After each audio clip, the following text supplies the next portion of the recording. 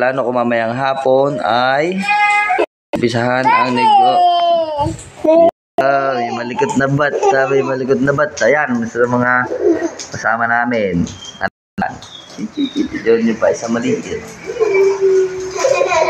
Nakapag-prepared na ako ng mga bangus natin na lulutuin mamayang hapon.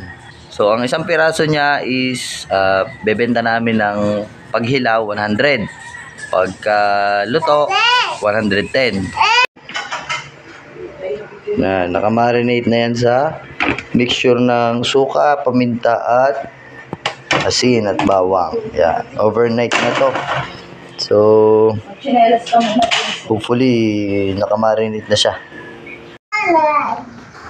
Ano tawag? Bangas. Bangas. Bangos. Yan, panimula na kami negosyo. So, 2 order. Bay naman, oh. Piprito na ako ng bangus. Ayos, 2.